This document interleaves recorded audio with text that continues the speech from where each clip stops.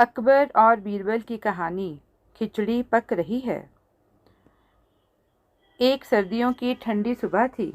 बादशाह अकबर अपने दरबार में बैठे थे। दरबार में आग जलाई गई थी, लेकिन फिर भी ठंड से सब कांप रहे थे।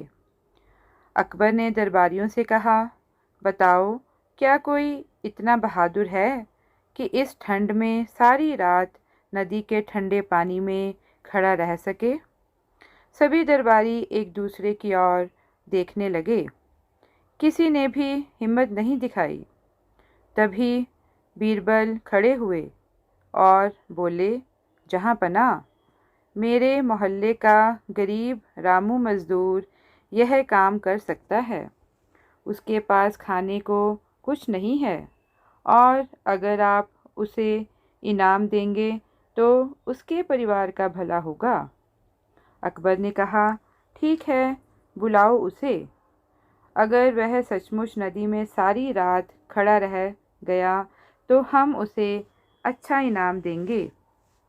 रामू को दरबार में बुलाया गया। उसने बादशाह को सलाम किया और बोला, हजूर, मैं कोशिश करूँगा। मेरे बच्चों के लिए यह मौका बहुत बड़ा है।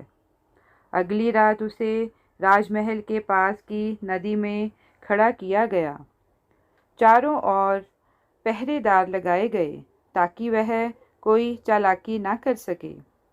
रात बेहद ठंडी थी। ठंडी हवाएं चल रही थीं। रामू दांत किटकिटाते हुए भी पानी में खड़ा रहा। सुबह होते होते वह ठंड से नीला पड़ गया, लेकिन उसने हार नहीं मानी। सुबह दरबार लगा। अकबर ने पूछा, रामू, तुम सारी रात कैसे खड़े रहे? कहीं धोखा तो नहीं किया?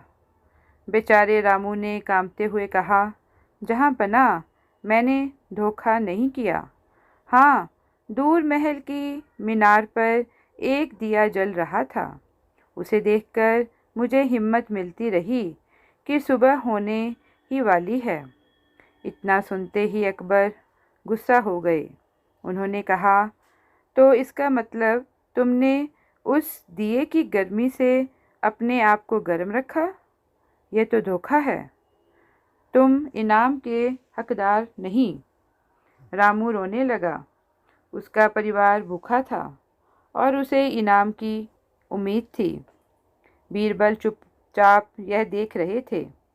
उन्होंने सोचा, अब असली न्याय दिखाना होगा। अगले दिन बीरबल दरबार में नहीं पहुंचे।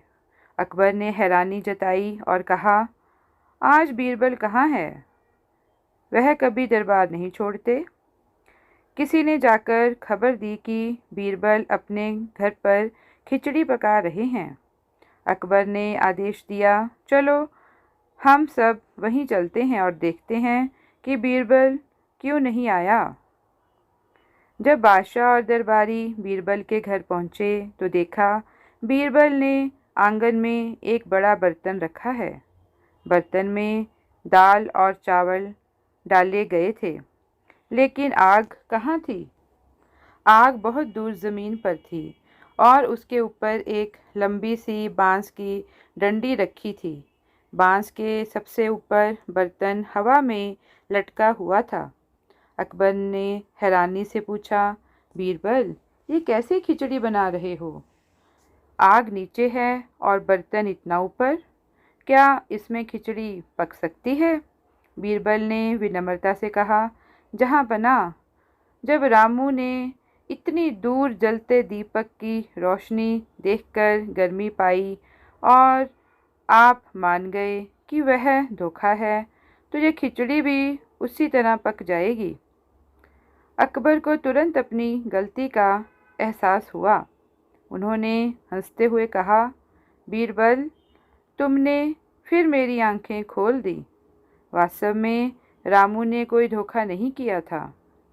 उसका साहस ही उसकी असली जीत थी। फौरन अकबर ने आदेश दिया कि रामू को भरपूर इनाम दिया जाए। सोने की मोहरें, गर्म कपड़े और खाने का सामान। रामू की आंखों में खुशी के आंसू आ गए। इस कहानी से हमें यही शिक्षा मिलती है कि मेहनत और साहस की असली कीमत समझनी चाहिए। छोटी सी उम्मीद और हिम्मत इंसान को कठिन से कठिन परिस्थिति में भी जिंदा रखती है। और सबसे ज़रूरी, न्याय हमेशा निष्पक्ष होना चाहिए। अकबर बीरबल की कहानी चार मूर्ख। एक दिन बादशाह अकबर अपने दरबार में बैठे हुए थे। उनके मन में एक अजीब विचार आया। उन्होंने सोचा कि दुनिया में तरह तरह के लोग रहते हैं, समझदार, चालाक, बहादुर, लेकिन मूर्ख लोग भी कम नहीं। अकबर ने दरबारियों से पूछा, क्या सचमुच दुनिया में इतने मूर्ख लोग हैं? मुझे तो यह यकीन नहीं होता। सारे दरबारी चुप रहे। तभी बीरबल मुस्कुराते हुए बोले, जहाँ पना, आप सही कह रहे हैं। दुनिया में अक्लमंद लोग भी हैं और मूर्ख लोग भी। अगर आप चाहें तो मैं आपको प्रमाण लाकर दिखा सकता हूँ। अकबर ने हंसते हुए कहा, ठीक है बीरबल, मुझे प्रमाण चाहिए। तुम मुझे ऐसे मूर्खों से मिलवाओ जिन्हें देखकर मैं मान लूं कि दुनिया में अकल से ज़्यादा बेअक्ली भी है। बीरबल ने सिर झुकाया और बोला, हजूर, हुक्म की तामील होगी। कुछ दिनों में मैं आपको प्रमाण दूंगा। अगली ही सुबह बीरबल शहर की ओर निकल पड़े।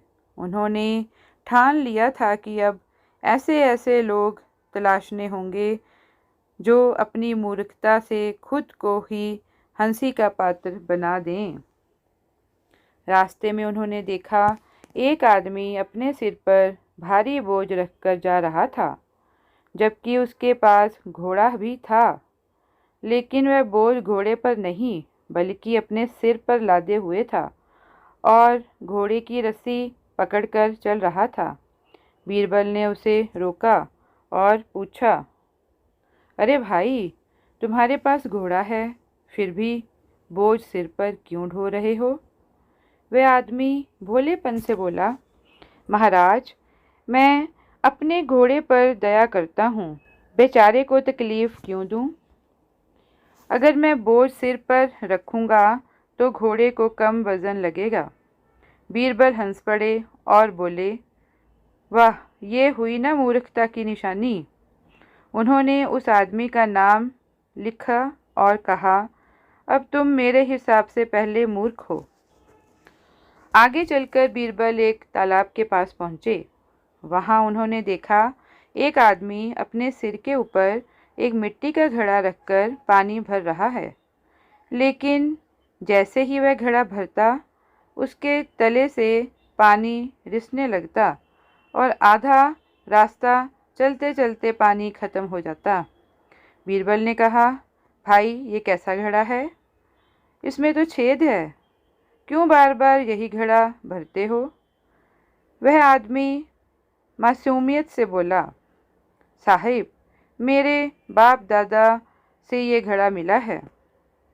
यह हमारा पुश्तैनी घड़ा है। चाहे ये टूटा फूटा हो, लेकिन मैं इसी से पानी भरूंगा। बीरबल ने सिर हिलाया और मन ही मन मुस्कुराए। उन्होंने कहा, भाई, अगर यही घड़ा तुम्हारे लिए इतना कीमती है तो तुम सचमुच मूर्ख हो। तुम दूसरे मूर्ख कहलाओगे। कुछ दूर जाने के बाद बीरबल ने देखा, एक आदमी अपने खेत में बैल जोते बिना ही बीज बो रहा है। बीरबल ने पूछा, अरे भाई, तुम खेत जोते बिना बीज क्यों डाल रहे हो? इससे तो फसल नहीं उगेगी। वह आदमी हंसकर बोला, हजूर, मैंने सुना है भगवान सबका भला करते हैं। अगर मैं खेत जोते बिना भी बीज डाल दूंगा तो भगवान चाहेंगे तो फसल उग ही जाएगी। बीरबल ने सोचा, यह तो आस्था के नाम पर आलसीपन है। उन्होंने कहा, भाई तुम दुनिया के तीसरे मूर्ख हो। भगवान मदद उसी की करता है जो मेहनत करता है। आगे बढ़ते हुए बीरबल ने देखा, एक आदमी अपने घर की छत पर बैठा जोर जोर से प्रार्थना कर रहा है और कह रहा है, हे भगवान, अगर मुझे नौकरी न मिले तो मैं यहीं से कूद जाऊंगा। बीरबल ने कहा, भाई नौकरी मांगने का यह कौन सा तरीका है? काम ढूंढो, मेहनत करो। इस तरह धमकी देने से क्या मिलेगा? वह आदमी बोला, महाराज, अगर भगवान सचमुच है तो वह मुझे नौकरी देगा, वरना मैं कूद कर मर जाऊंगा। बीरबल ने सिर पकड़ लिया और कहा, वाह भाई, तुम तो चौथे दर्जे के मूर्ख हो। अगले ही दिन बीरबल इन चारों मूर्खों को लेकर अकबर के दरबार में पहुँचे। अकबर ने आश्चर्य से पूछा, बीरबल, ये सब कौन है? बीरबल ने झुककर कहा, जहाँ पनाह, ये वे चार मूर्ख हैं जिनका जिक्र मैंने आपसे किया था। पहला, जिसके पास घोड़ा होते हुए भी बोझ खुद ढोता है। दूसरा, जो टूटा घड़ा छोड़ने को तैयार नहीं। तीसरा, जो खेत जोते बिना ही बीज बोता है।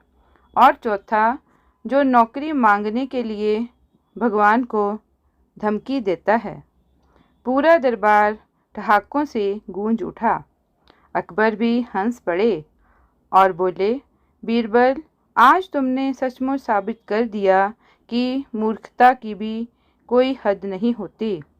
दुनिया में अक्लमंद जितने हैं उतने ही मूर्ख भी हैं। इस कहानी से हमें यही शिक्षा मिलती है कि अंधविश्वास और परंपरा के नाम पर मूर्खता नहीं करनी चाहिए। मेहनत किए बिना फल की उम्मीद करना मूर्खता है।